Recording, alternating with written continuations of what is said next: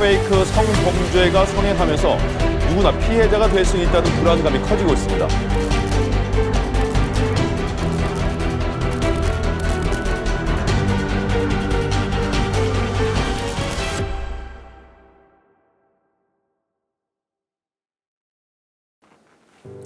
안녕하세요. 오늘 진행을 맡은 강원경찰청 사이버수사 기획팀장 이태미입니다. 딥페이크라는 단어 들어보셨나요? 딥러닝과 페이크의 합성어라고 하는데요. 이 기술이 디지털 성범죄에 악용되면서 사회적인 이슈가 되고 있죠. 딥페이크가 무엇이고 어떤 부분이 문제인지, 딥페이크로부터 안전할 방법은 무엇인지 강원경찰청 박영진 사이버수사 대장님과 함께 자세히 알아보겠습니다. 네, 안녕하세요. 강원경찰청 사이버범죄수사대장 박영진입니다. 먼저 이 딥페이크가 무엇인지 궁금하고요. 어떤 점이 문제가 되는 걸까요? 네, 쉽게 말씀드리면 페이크, 그러니까 가짜로 만들어진 영상물입니다. 딥러닝이라는 인공지능 기술을 활용해서 딥페이크라고 합쳐서 부르는데요. 얼굴 사진 넣으면 재밌는 사진으로 합성해주는 어플리케이션을 아마 많이 사용해 보셨을 겁니다. 이게 딥페이크 기술을 활용한 허위 영상물입니다. 지금 보시는 영상이 유관순 열사나 안중근, 윤봉길 의사의 사진을 가지고 딥페이크 기술로 복원한 모습인데요. 공개되었을 때 너무나 생생하다는 반응과 함께 딥페이크 사용에 좋은 예로 많은 관심을 받았었죠. 문제는 딥페이크 기술을 각종 범죄에 악용한다는 겁니다. 발언이나 음성을 조작해 사기나 허위사실 유포하는 경우도 있지만 현재 기준으로는 디지털 성범죄에 악용하는 사례가 가장 많이 발견되고 있습니다. 실제 전국적으로 21년에 156건 수준이던 것이 올해 297건으로 증가했습니다. 연령으로는 10대 학생들이 가장 많은 비중으로 확인됐고요. 제 주변에서도 호기심에 이런저런 합성 어플을 사용하고 있는데요. 어떤 부분이 범죄로 연결될 수 있는 것인지 모르시는 분들을 위해 설명해 주시죠. 네, 간단히 사진을 포함해서 성적인 영상에 사람의 영상을 합성하는 모든 행위가 허위 영상물로 성범죄입니다. 성폭력 처벌법이나 청소년 성보호법에서도 상당히 행위 유형별로 중하게 처벌하고 있습니다. 범죄 유형을 살펴볼 텐데요. 기술도 계속 발전하고 당사자들의 경험도 축적이 되면서 유형이 다양해지고 있습니다. 전반적인 흐름은 우선 제작을 하고 요 제작된 창작물을 공유를 하고 그 다음에 경우에 따라서는 영리 목적으로 판매를 하는 구조입니다. 제작은 지금 전문가가 아니더라도 예전과 다르게 경로만 하면 상당히 쉽고 빠르게 제작할 수 있습니다. 그래서 가지고 있는 지인들의 사진만 가지고 제작하는 경우에서 연예인이나 주변의 인플루언서, 제3자들을 대상으로 그 피해 대상이 확대되고 있습니다. 이렇게 만들어진 결과물을 친구들 사이에 단톡방이나 SNS에 올려서 공유하는 걸로 이제 발전이 되는데요. 친구들끼리 단톡방에 장난삼아 공유하는 것도 포함해서 이 그릇된 공유 심리가 확장되면 모르는 사람들끼리 모여서 허위 영상물을 공유하는 능욕방 또는 아예 특정한 피해자를 두고 정보까지 공유하는 겹 지인 방으로까지 확장이 되는 겁니다. 이 정도까지 오게 되면 최초 유포자의 본래 의도가 어떻든 간에 스노우볼처럼 알 수 없는 방향으로 피해가 확산되고 굴러가게 됩니다. 여기서 저 질문을 하나 드려볼게요. 이제 제작하거나 배포하는 과정에서 피해자들의 심리를 들여다보면 이들이 공통적으로 빠뜨리고 있는 게 있거든요. 그게 어떤 게 될까요? 무엇을 빠뜨리고 있을까요? 네, 정답은 피해자를 생각하지 않는다는 겁니다. 다시 말해 피해자의 입장을 전혀 고려하지 않는다는 건데요. 피해자를 직접 만나지 않았다는 생각, 이게 쉽게 사진이 만들어진다는 생각이 더해지면서 이게 얼마나 심각한 범죄인지, 얼마나 큰 피해를 초래하는 중범죄인지에 대한 인식이 현저히 떨어집니다. 그래서 수사를 해보면 주변 친구나 지인이 검거되는 사례도 상당합니다. 피해자를 생각한다면 장난이나 호기심에라도 앞으로는 만들어보고 싶다거나 보고 싶다고 하시면 안 되겠습니다. 네. 이 영상을 보시는 분들께서는 이게 상당히 심각한 범죄구나라는 점을 느끼셨을 텐데요. 어느 정도 처벌이 되는지도 궁금하거든요. 네, 피해 대상이 아동 청소년인지 성인인지에 따라 규정이 나뉘어 있는데 상당히 강하게 처벌한다는 점은 같습니다.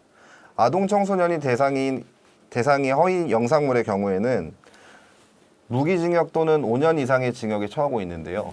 이는 형법상 살인죄와 유사한 수준입니다. 사형을 제외하고는 살인죄와 유사한 수준인데 온라인상의 이런 행위를 소위 인격살인으로 법에서도 보고 있는 것이죠.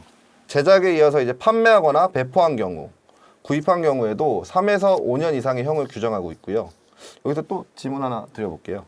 그 경우에 따라 단순히 이렇게 소지만 하고 있는 경우도 있을 수 있겠고, 나도 모르게 이제 시청을 하게 되는 경우도 있을 수 있잖아요. 이런 경우에도 처벌이 될까요? 처벌되나요? 정답은 그렇다입니다. 그 단순히 소지하거나 시청하는 것만으로도 경우에 따라 1년 이상의 형을 규정하고 있습니다. 단순 폭행죄가 2년 이하, 상해죄가 7년 이하의 형을 규정하고 있는 점을 보면 1년 이상의 유기징역은 상당히 중한 범죄입니다. 아까 제가 피해자의 관점을 통해서 이 범죄의 심각성을 말씀드렸는데요. 나 자신만을 생각했을 때도 저질러서는 안 되는 이유가 보다 명확해지는 겁니다. 성인을 대상으로 하는 허위 영상물 경우에도 제작 반포한 경우 마찬가지로 처벌 규정을 두고 있는데 양형 과정에서 상당히 중하게 처벌을 하고 있습니다. 현재 처벌을 강화하는 방향으로 개정 논의가 계속 진행 중입니다.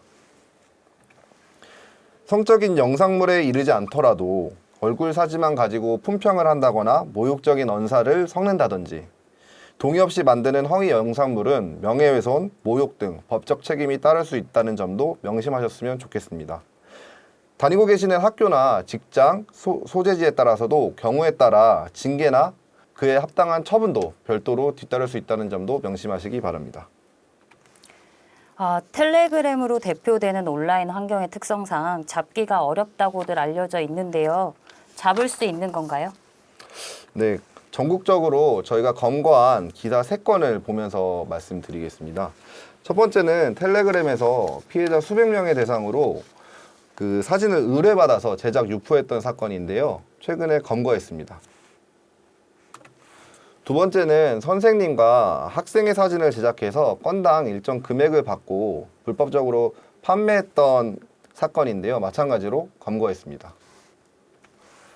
마지막으로 친구들 6명이 동창생 12명의 사진을 합성해서 돌려본 사건인데 교육청과 협력하여 마찬가지로 검거했습니다.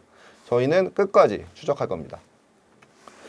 디지털 성범죄에 대해서는 위장 수사가 가능합니다. 그동안 많이 전국적으로 진행해 왔고 상당 부분 성과도 확인됐습니다. 텔레그램을 포함한 플랫폼의 사용자 관리 책임도 강화되는 추세이고 경찰청에서는 피해 영상물의 유포 현황을 24시간 모니터링하는 불법 촬영물 추적 시스템도 계속 가동하고 있습니다. 그들을 언제나 지켜보고 있다는 점도 명심하시기 바랍니다. 나 스스로를 지키기 위한 노력도 중요할 텐데요. 이 점은 꼭 지켜야 한다 이런 게 있을까요?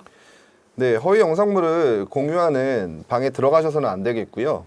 채팅방이나 제작 경로를 연결하는 링크의 경우는 절대 누르시면 안 되겠습니다.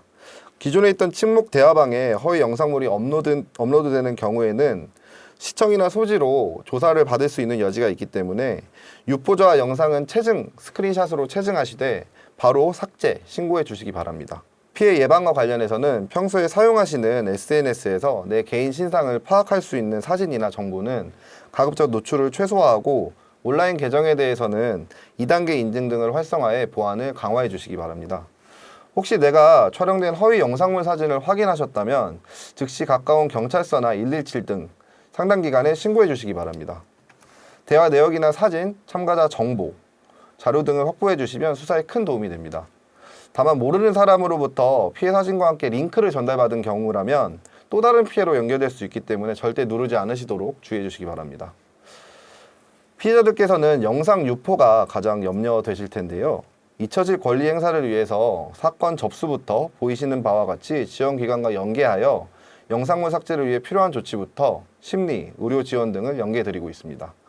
당장 경찰서 방문이 망설여지신다면 단체별로 운영 중인 센터에서 우선 상담을 받아보시는 것도 큰 도움이 됩니다.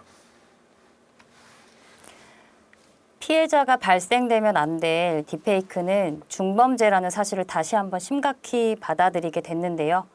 끝으로 당부하고 싶으신 말씀 있으시면 좀 부탁드립니다. 네, 가장 중요한 범죄는 이러한 일들은 단순한 호기심에서 할 수 있는 일이 아니며 피해자에게 씻을 수 없는 아픔을 준다는 점입니다. 저희 강원경찰은 끝까지 추적해 검거하겠다는 의지로 피해자를 추적, 검거할 뿐만 아니라 피해자의 잊혀질 권리 행사도 적극 지원하겠습니다. 혹시 망설이고 계신 피해자가 계신다면 용기를 내서 저희를 찾아와 주시고 주변에서도 많은 도움의 손길 부탁드립니다. 감사합니다.